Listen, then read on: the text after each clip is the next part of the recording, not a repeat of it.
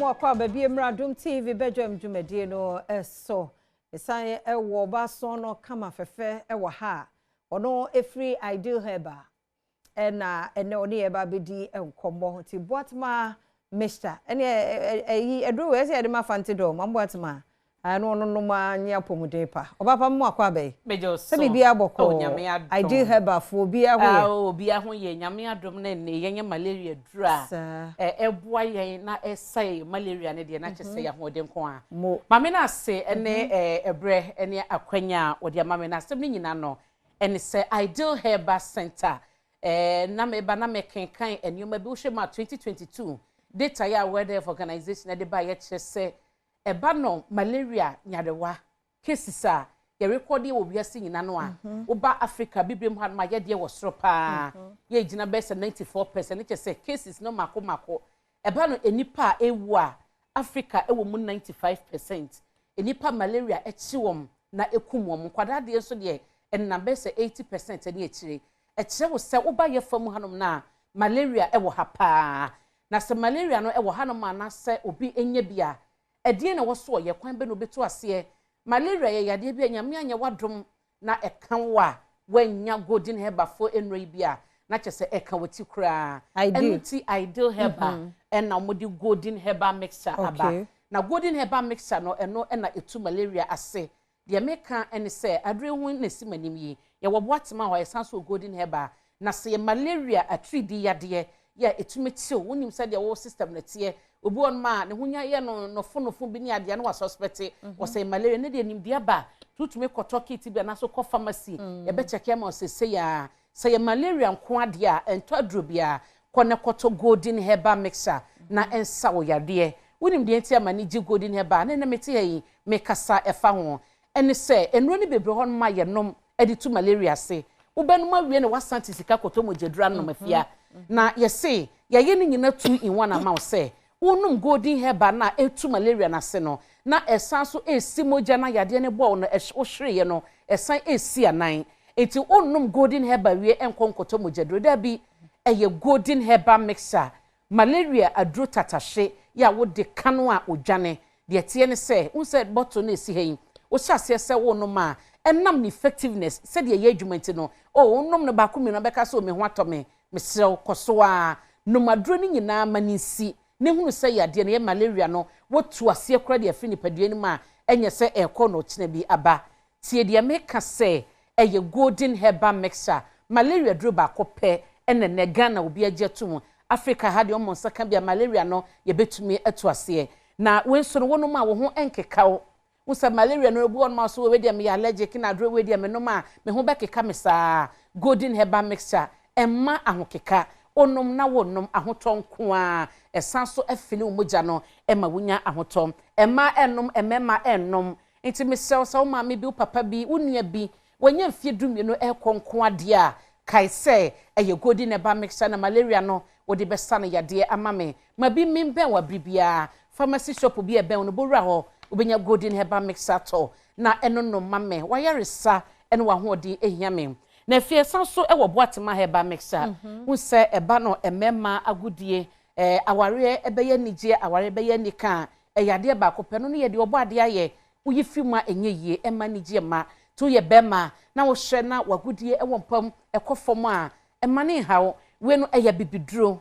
wate ase eya bibiduro na wonnom no na esiesie wo ema wo gina wo naso amwa ye bema enye de okonoma bi a se 30 seconds na wuhia no ano wuwia na koda bi enam sahaba manu bina ya de obo ade de adom yen ene ya sone so de famfidie mu e de ya dure no wonnom ni nyina eye Herbal na esanso ma ahode so na kamera no mfa ne ye eye boatema Herbal mixture boatema Herbal mixture ni na golden Herbal mixture akoni ye adro bi ama wo na enye mienu ya na enye mienu ya mepa chopa ka chom se nye no na wo pe no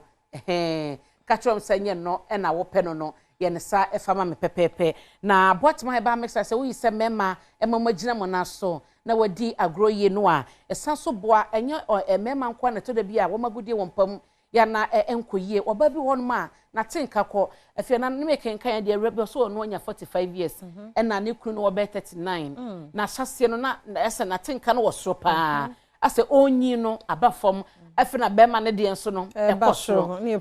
problem aba na me ka che se ene wonte Badwam Herbal mixture nka 45 years be ma 39 be ma no sabre no oguso agane na so no cry take ogane na so enfanya gudie enfanya twatwo ne ensam keka kope Badwam Herbal mixture enom na satin kana te koni nyina na ma edi problems edi wo however woni wokunu ntem no enyi mfi honom eye Badwam Herbal mixture wo yo ba watinka kofom wonya no babia benya menopause mpo no aka say enyini na ato wo no ugusu ye babu 45 unko saa o nti wo 30 years wo bo by 20 wose me hyada ni atinka 25 wose me ntene papa me pacho ebrebebre wo wanim yankopon adom yankwatintin de ebre wo ho no Badwam Herbal mixture ema me na ema watinka ni nyina no so no ensore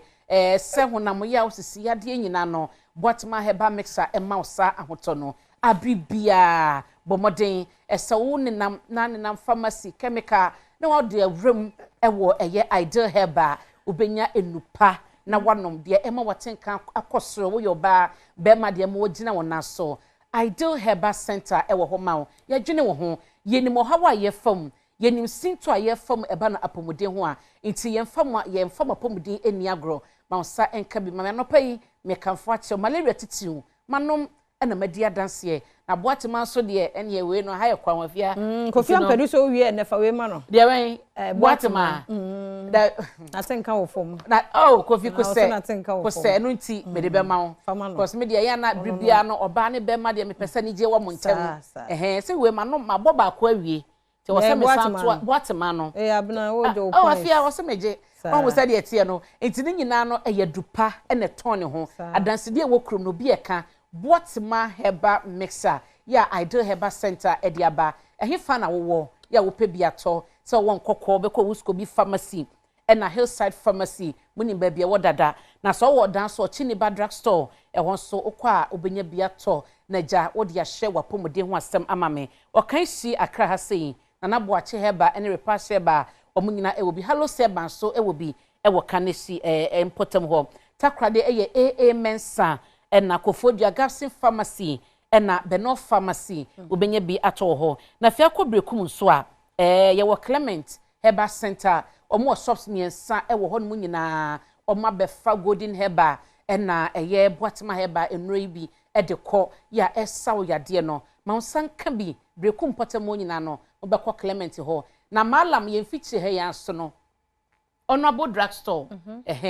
na ti ho no ma Honorable Coast ti ho ubenya bi ato mesrew medical check sadrepa ene ton ne ho adupa so esa yade ye nto sika entwene freyen ye beje oso bia na wo bibi fufuro bia person ne di ho nkomo ye beje oso na ntimu bia ho nom no ye di ama wo number no eye 0243 173388 0243 173388 eno ene number na obefre yen na ya je oso wokọ wager SCC so a ya tena kese no ewo ho no mo na malam so Honorable Coastal na ti ho no ma ene ma ewo ho di no ni bebre ho no mo mesrew eye malaria kai Golden Herbal mixture na se eye wo libido watenka ne kofom be ma wo mo adwuma kai Badwam Herbal mixture ye beje oso wa yaresa onsa ebeka wonyame onhyeyin na onye yekese medase papa pa Ideal Herbal Center na wote won kano sab na pokuade ebre wo na miguso e kai wo se kompu Ghana Prime Friday no so ekoso misro twimika sisi na wo kwa akoto ade wo kompu Ghana na yate so 50% de medofo enyu free Friday we ne Friday bia no bowura mu wo ho na eniema kese TV no laptops no fridge no desktop bibia near compute Ghana until bowura ho no mu 24 hours na se ne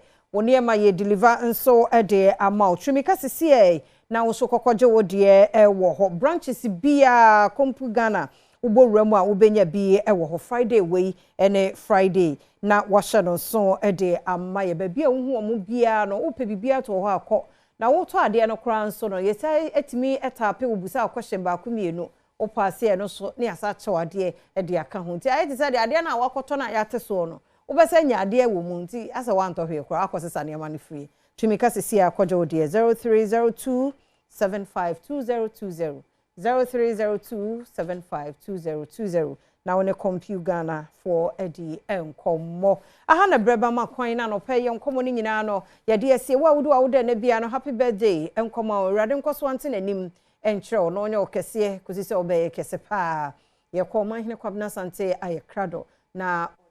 lawyer Samejamfi NDC communication officer abetoa dwumadie no so sempensempensemu yedase